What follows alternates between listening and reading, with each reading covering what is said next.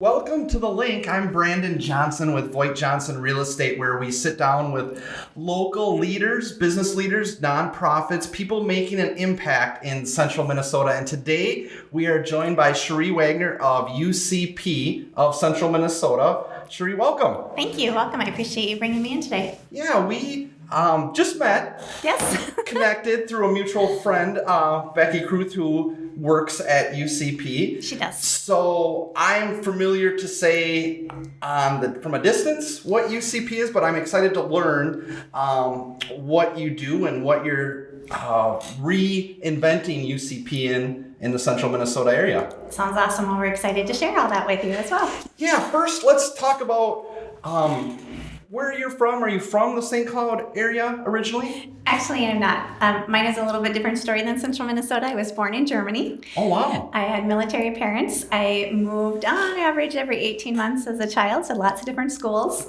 I landed in Rapid City, South Dakota when my parents retired from the military, and then that's where I graduated from public school. I came to St. Cloud State to go to school for photography, which I did.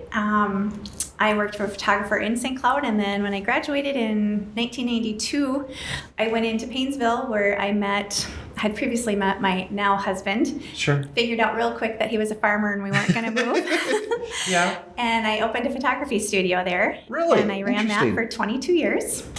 And then in 2015, I sold it and took a year off and traveled. And then I dedicated an awful lot of my time to Project Appleseed, which is also a nonprofit teaching people about the Revolutionary War and teaching them how to shoot a rifle. So I am a rifle marksmanship and a long-range rifle instructor. I would have never guessed that about you, that you are a rifle expert or marksman. And Interesting. then I also teach Minnesota carry permit classes here in Minnesota. Well, I got to introduce you to Heidi because she's the carry and conceal expert here at the office. So very awesome. Fun. I would have never known that.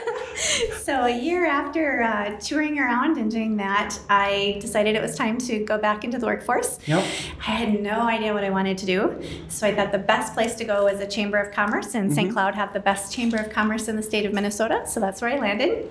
I was their special events coordinator for just short of 4 years.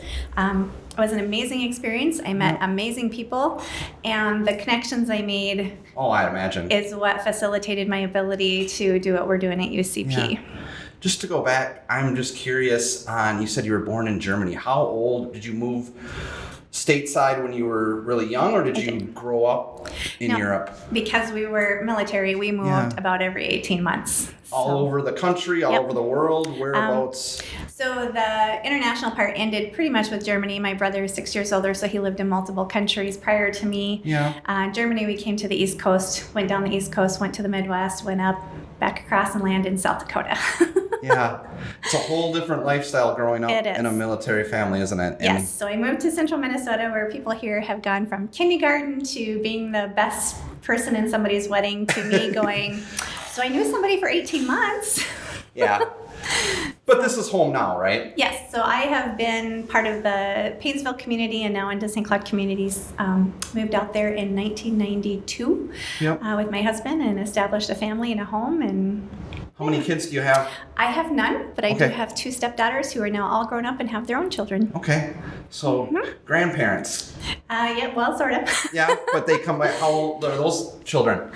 So they're actually getting up there in age 2, so they're in middle school and 6th grade, I think. Yeah. Yep. So they're all growing up and doing their own things. Yep. So you're at St. Cloud Chamber, and you just, this opportunity, are you seeking something, or did it just kind of come to you as an opportunity? You said this really fits what is important, purposeful to me, or how did that play out? So St. Cloud Chamber was amazing for me for the opportunities and the connections, but I really felt like I needed to do something that was mission driven for me. And UCP opportunity came up just as I started walking down a new path.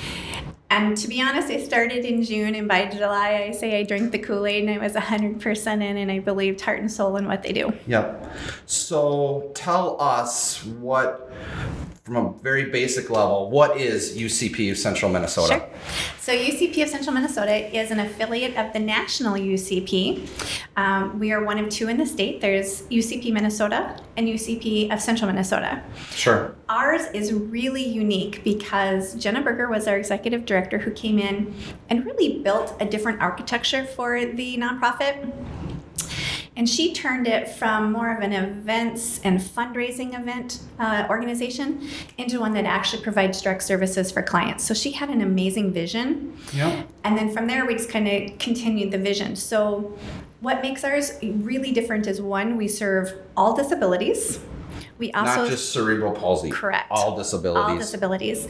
We do it at all ages, so childbirth to elderly. We do the Minnesota elderly waiver. So a lot of people don't realize that in Minnesota, if you are older, you are actually considered somebody in a waiver situation, and we can assist you even if you have no disabilities. Interesting. Just being older is a disability. So we can serve you too. And then we also serve, amazingly, our office serves the entire state of Minnesota, which is also very unique. So when you say your office, how many people does that make up your office? Or tell us the makeup of your office. So we have this humongous staff of 5 amazing warriors. And each person is full-time. Each person has a department that they're working. So for example, Marie Lego is our transportation specialist. So full-time, all she does is coordinate transportation for disabled people around the state of Minnesota so they can go to work and get out of their house. They can be part of a community. They can go to a doctor's appointment or a state appointment. What a lot of people don't realize is there's a lot of disabled people out there that have so much to offer and have no accessibility for it. So by providing transportation, and they want to, I'm sure too. Can you imagine being locked in your home? You can work, you can do so much, and you can't because you can't leave the front door. So Marie figures all that transportation out. Buses, taxi cabs, Ubers, you name it, we'll figure out how to make it happen. And then she goes above and beyond that and she monitors it all to make sure that people are getting their rides, or if they buy a bus pass and they're not using all of it, that she makes sure the case manager knows that maybe we need to adjust their bus pass so we're not overbilling the state. So you can literally say Joe Schmo, and she'll know who Joe Schmo is, what his route is, what his situation is, and who his case manager is. You know, it's funny you brought that up just in kind of a current events. I yesterday had car trouble, and so I brought my vehicle to the mechanic, and it was Sunday morning, and just dropped it off there, and it's Sunday morning here in St. Cloud, and there's no Uber drivers. Nope. There's no Lyft drivers. I had to call, finally got a taxi to pick me up, and so then I have the conversation, you know, I'm always trying to learn from this taxi cab driver, why aren't you doing Uber, why aren't you doing Lyft? And what she explained to me is that her business or her owner is they're not doing the traditional taxi, they're doing services, running meds, running people with disabilities all over, and that's become the makeup of their business. So it's just kind of interesting to hear you say that how that's transforming, and it's really, I suppose she's reaching out to anyone she can to provide those transportation. So just because we're sitting in St. Augusta, Minnesota, doesn't mean that we can't provide transportation in Rochester, Minnesota, or Duluth. Yeah. Because it's all done over the phone and coordinating. Yep. So we coordinate transportation literally all over the state of Minnesota. So how are people reaching out? You mentioned Rochester. How are people hearing about you here in Central Minnesota in Rochester?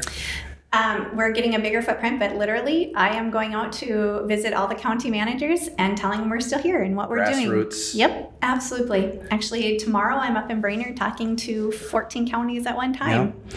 Are you connecting, you said the counties, are you connecting with human services in each county to make them aware of you, and so then they can rely on you when they need those services? That sounds like a logical platform. We're making partnerships all over, and not only with counties, also with nursing homes, group homes, anywhere. And really kind of the new fun thing is we've started all these different networking groups, and it's fun for me to say, what does your nonprofit do? And then they tell me, like, but that has nothing to do with disabled people. And I said, well, disabled people are really just people.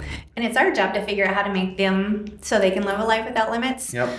So we literally just sit and figure out how to create an environment that people with disabilities can enjoy whatever that nonprofit what the need is. Yep.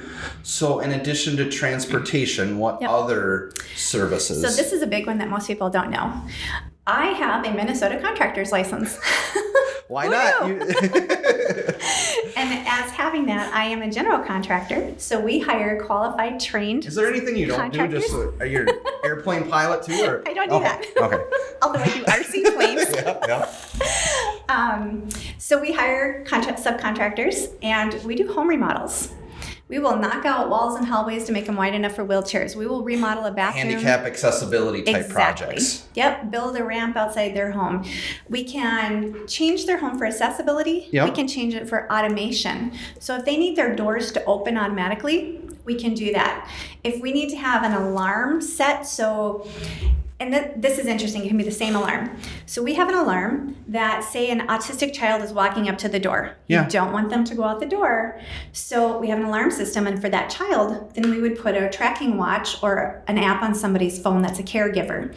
So you would get a notification saying the child is by the door, and the child wouldn't know any different, because you don't want loud buzzers or ringing for an autistic child, because now you're going to have a meltdown. Right. Same alarm system, but we want an audible alarm for this one for the Alzheimer patient, because they'll hear the alarm and go, oh yeah, I'm not supposed to be here, and they can walk away from the door. So a very customizable solution for... Huge. Bed shakers to wake people up. Mats that will tell you how long somebody's been laying flat. Bed sores are kind of an issue. Yeah. All of those kind of things. And then communication. So we can do it so that you can speak into a device and turn on and off your lights. You think of Alexa. Yep. Think of Alexa on steroids. Yep. So we can have doors open, refrigerators open, microwaves open. We can put in stovetops that are convection, so there's no heat until they actually put something on it. Really? Yes. And then assistive technology is totally cool. That can be for safety. So like a PERS device, you've seen the commercials, I've fallen and I can't get up. Yep. So we have those, and we have them either where they'll automatically call 911. Sure. Or they'll just automatically call a caregiver, because maybe if they've fallen, it's not an emergency, it's a vertigo issue, and they fall frequently. They just need some assistance, not always an ambulance. So you mentioned just elderly people, not necessarily having a significant disability, just elderly living home alone, needing that watchful eye. Right. And our whole premise is living a life without limits, but trying to keep people in their homes as long as possible. It costs significantly more for somebody to go into assistive care than it does for them to live in their home with min choice. So we're trying to keep them in their home. So if we can put a PERS device on them, so it can be a child with a seizure. If they fall, we need to know that they're having a seizure. If it's an elderly person who fell, they need help getting back up. If they need to communicate through, we have a little stick that will go on a machine that if they can consistently twitch their cheek, it will tell their iPad to do something. Or we have something called an eye gaze. So if they can consistently hold the vision for 2 seconds on a letter, it will record that letter. So now, because they're nonverbal, they can still talk. Or we're working on one right now for a gentleman who is almost blind but completely deaf. So we're working on a system that he's going to get an oversized iPad. Sure. That's going to be slightly magnified. Yep. And on the other end of that is an interpreter, a human being interpreter. It's amazing what they can do now. And so now this person can sit here, converse with you, because he can look at the screen that's oversized and they're zoomed in just on the hands. Sure. So he can see what you're saying, and the interpreter can speak out so you can hear what he's saying. And there doesn't have to be a third person in the room. That's pretty cool. Well, you think about the quality of life that this person is able to have now that even just a few years ago couldn't. I mean, it's huge. Yeah. It's huge. Good. I mean, that's... See, now you're drinking the Kool-Aid. I am. You don't think about this because and I'm glad we're doing this interview and getting some of these scenarios out there, because if you just think about the basic services, but it's not put into context of how in 2020, what someone like you who's reinventing UCP is actually doing that wouldn't have been done otherwise. Right. And keeping people in their homes. Chore services. How many elderly people or disabled people can't plow their own sidewalks? Yeah. But it's a city ordinance. So if you can't do it, you can't live there. Yeah. So you can't live in your own home just because you can't plow your sidewalk. So we arrange for that. Leaf service, moving services, house cleaning services, companion services. We we don't personally do that. We coordinate all the services with other professionals, which also means we're helping the economy because we're paying all those other professionals. Sure.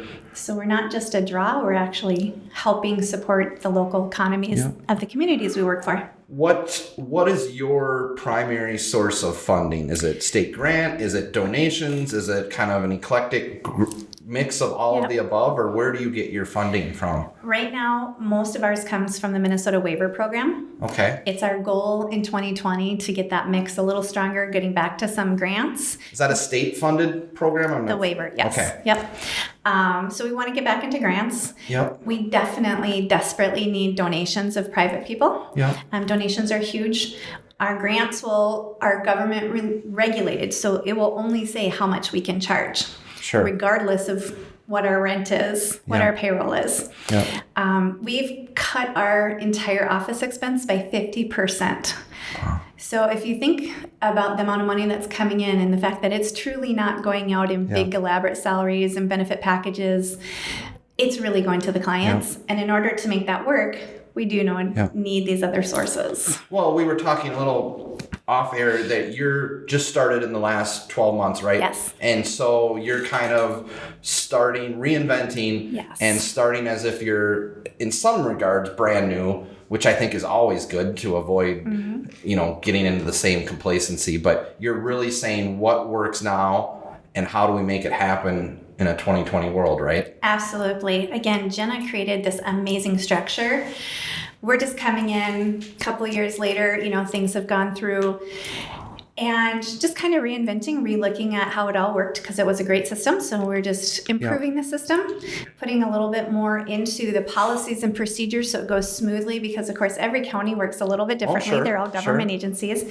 And then really making sure that our priority stays the client, no matter what. Yep.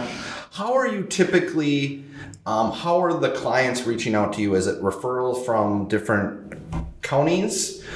Is it just people calling in that get familiar? Is it family members that are familiar? What's the typical onboarding process, for lack of a better term?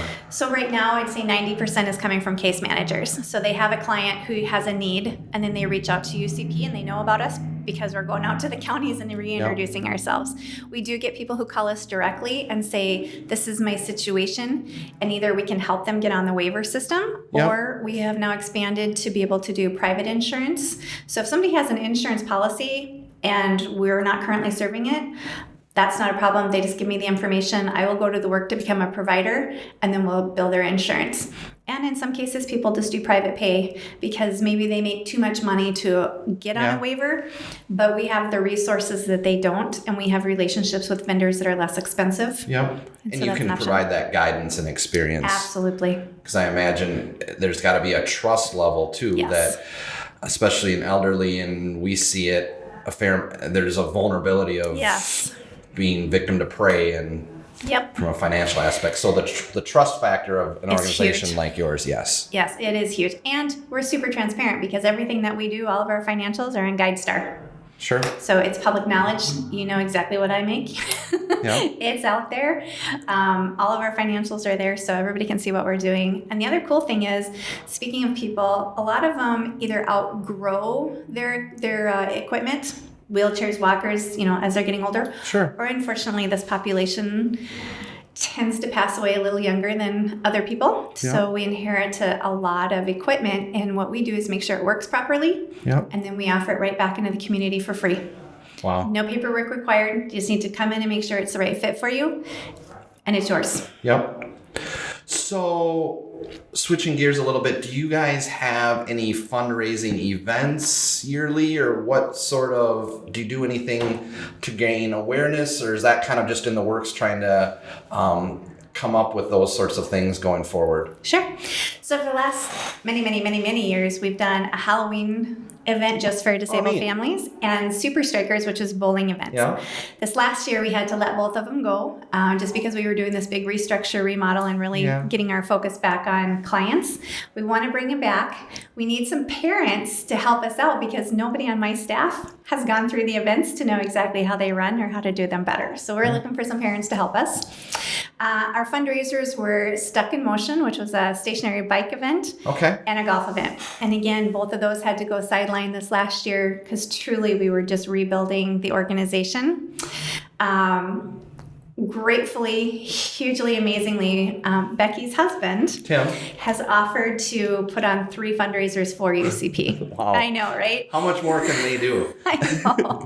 So they will be hosting a golf event, a sporting clay event, and a bowling event for us. Wow. We'll help them by trying to find some sponsorships and trying to get some volunteers, but they are actually running it to give UCP the proceeds. Yeah, which is great. And I think the financial benefit of that is important. But I think especially now just gaining the awareness of the community, to the familiarity to know you're involved in that, I think is just as important. I think it's huge. We've been out of the public's eye for about 3 years. Yeah. We moved a couple of different times due to buildings being sold.